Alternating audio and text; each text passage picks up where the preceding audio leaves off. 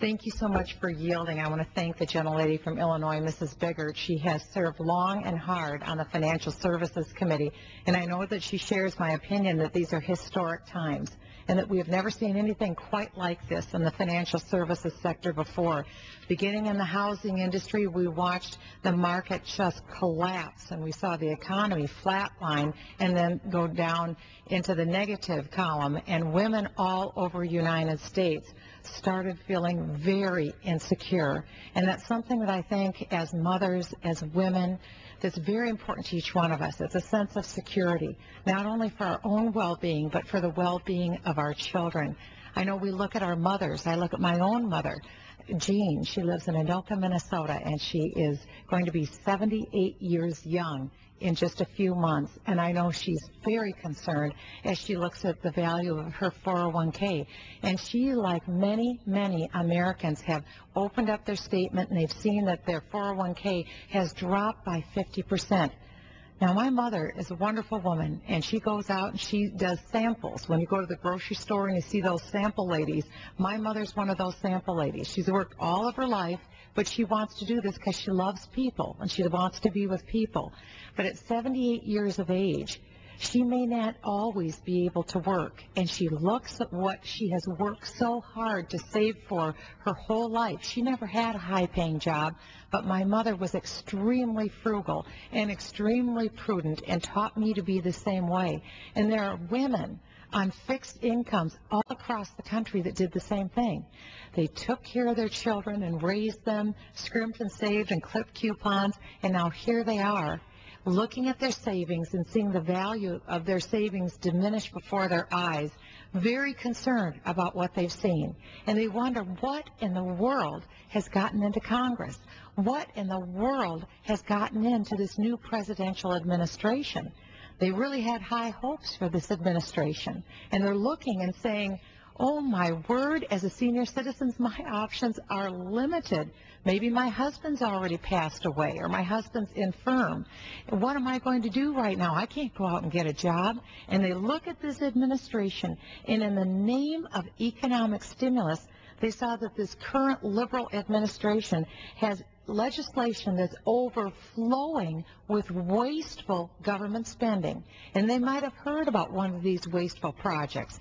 It's a brand new billion-dollar high-speed train that is going to go from Disneyland up to Las Vegas. Now think of that, $1 billion of a widower's money to go to pay for a brand new ride, essentially, from Disneyland to Las Vegas. And it makes us wonder.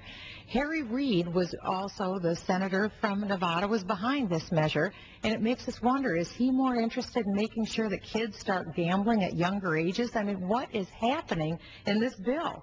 And we also see the Speaker of the House, Nancy Pelosi. She was behind passing our nearly 1,100-page stimulus bill, brought it to the floor. Not one member of Congress was able to read that bill before we were asked to vote on it.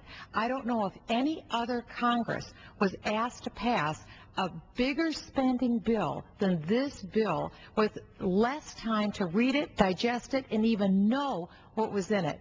That's not something I want to go home and tell my elderly mother. That's not something I want to go home and tell people back in the state of Minnesota, that Congress is here spending more money than we've ever even heard of before, money that we don't have, and we're spending that money without even having the chance to read the bills. I kept my staff here until 9 o'clock at night before we were supposed to vote on the stimulus bill, and I released them to go home. They'd worked all day long. I kept them here till 9 o'clock, hoping that the Democrats would release the bill so we could at least have a chance to read it.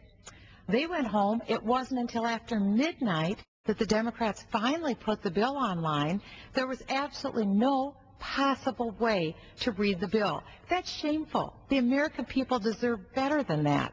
And then we saw that the president is now telling 92% of the American people who are currently paying their mortgages on time, that it isn't enough that they just pay their own mortgages.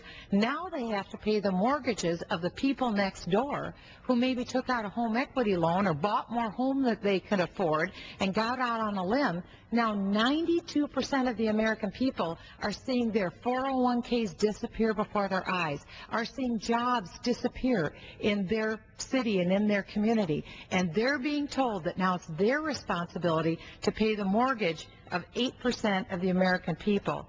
And then now we have our second spending bill that's come before us, the largest budget that we've had for discretionary spending, $410 billion. It's an 8% increase from the last budget. I hear the Obama administration telling the average American it's time for you to sacrifice. One thing I don't see is that the federal government is having to sacrifice. They're not sacrificing. They're increasing their spending by a whopping 8% on the federal budget. And this is what we have to pay to see for it. We are looking at a doubling of the national debt. Here we are at $5 trillion, which worried me back in 2000. And now projected going forward 2019, we're looking at a deficit north of $20 trillion. We've never seen anything like that. In the previous hour, we saw the Democrats up here speaking, and one of the charts that they had up talked about how very quickly now we're going to see Social Security spending going from having money in the bank for coming in for Social Security. Very soon, we're going to go underwater, and we're going to have less money coming in for Social Security than what's going out. And we will be looking at having about $1 trillion in obligations that we currently don't have money to obligate to pay for those bills. This is concerning. These are elderly senior citizen females that are, again, worried about their own security. No wonder the stock market has dropped more than 1,000 points since President Obama took office. No wonder that more Americans are blazing mad right now, and they're saying, we're just not going to take it anymore. And so you see all across the country tea parties breaking out, people saying, I can't pay these taxes anymore.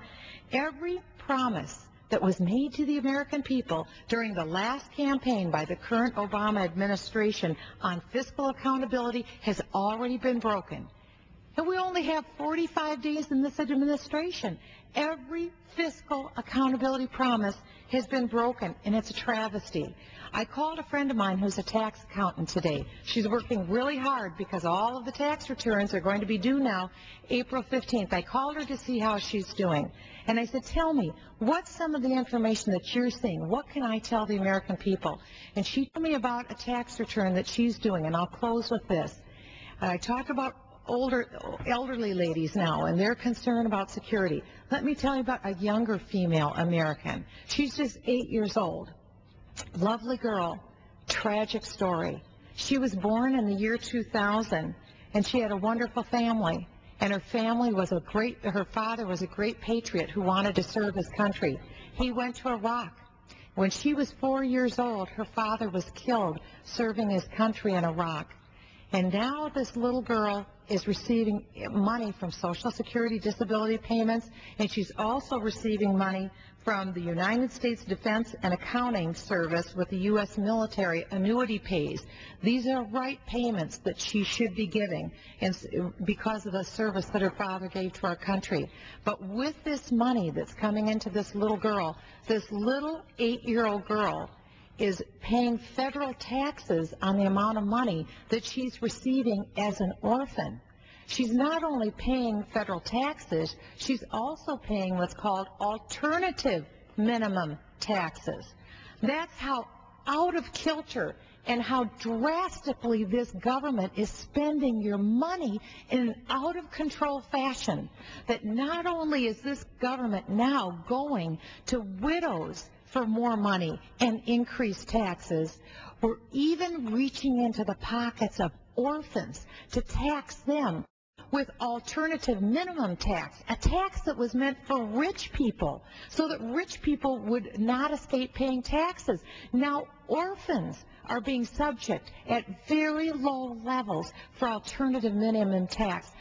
I would repeat what we saw a reporter say on CNBC. It's, Mr. President, are you listening to the American people? We cannot afford a doubling of our national debt. We cannot afford to impoverish America's widows. And we certainly can't afford to be taking money out of the pockets of orphans whose fathers were killed serving this country in the Iraq War. This must end, and the Obama administration must stop taxing the American people. And with